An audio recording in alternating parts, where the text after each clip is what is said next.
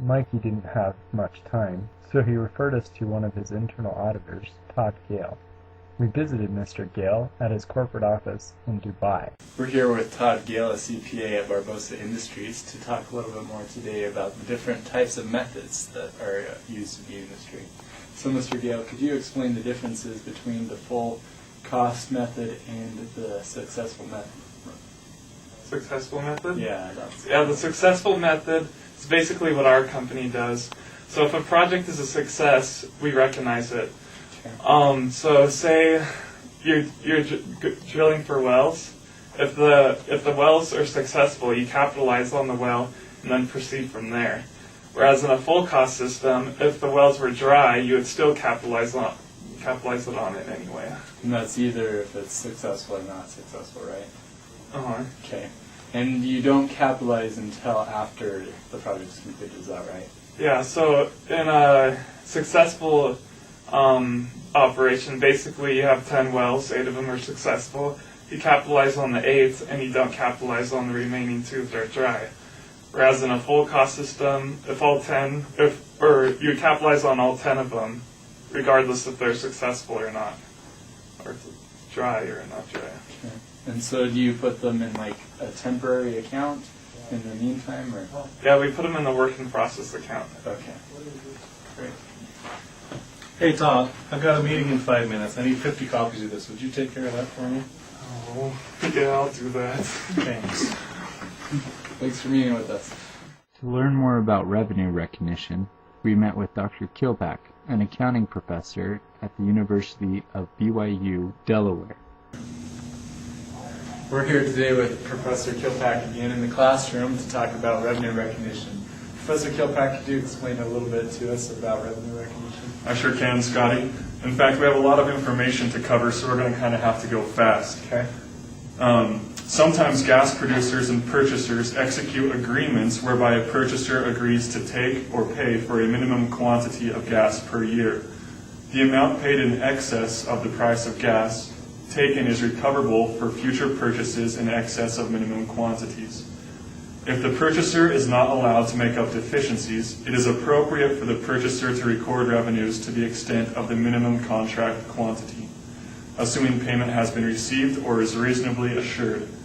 If deficiencies can be made up, receipts in excess of actual sales shall be recorded as deferred revenues until production is actually taken or the right to make up deficiency expires. Revenues shall include sales to unaffiliated entities and sales or transfers to the entity's other operations, for example, refineries or chemical plants. Sales to unaffiliated entities and sales or transfers to the entity's other operations shall be disclosed separately. Revenues shall include sales to unaffiliated entities and arbitratable to networking interests, royalty interest, oil payment interest, and net profit interest for the reporting entity. Sales or transfers to the entity's other operations shall be based on market prices, determined at the point of delivery from the producing unit. Those market prices shall represent prices equivalent to those that could be obtained in an arm's length transaction. Production or severance taxes shall not be deducted in determining gross revenues, but rather shall be included as part of production costs. Royalty payments and net profit disbursements shall be excluded from gross revenues. So basically this is how revenue recognition works in the extracting industry of oil. That's about it. And pow! That's revenue recognition. Well, you've heard it all. Thanks to all our specialists and reporters, you can go to the oil and gas industry through what? Codification. What are the differences in the oil and gas industry to everything else? Count it with me. 1. Revenue recognition. 2. Derecognition. 3. Land acquisition. 4. Successful efforts method and full cost method. 5. Capitalization. That's 5. 1, 2, 3, 4, 5. 1 on each finger. Pow! Let's say it again. 1. Revenue recognition. 2. Derecognition. 3. Land acquisition. 4. Successful efforts method and full cost method. 5. Capitalization. Well, there you have it, oil and gas codification, and that's the end of this special report. Thanks.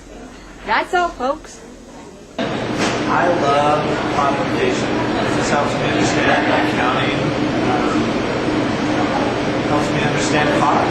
Because here in the culinary arts department, instead of codification, we say COD. The best part about it is it's like putting all your ingredients into one bowl, and it just makes you understand everything. It's like that number 10 overall. There's nothing else better about it. And it's just so easy. It's as easy as pow. There you go. All your ingredients, and you got muffins. Nothing else. That was a good project. I liked it. These are the sweet cod muffins I just baked in my baking class. So here it goes. Oh, hey, Jared. Sorry, I just decided to come in. Sorry. Oh, hey. What's up, buddy? Well, I just thought that I'd be nice, and I baked these sweet cod muffins for you guys. So. Wow. Oh my gosh. Cod muffins, dude. They're even better. So here you guys go. Sweet. I'm gonna clean up. So All right. good luck. Yeah. Sure.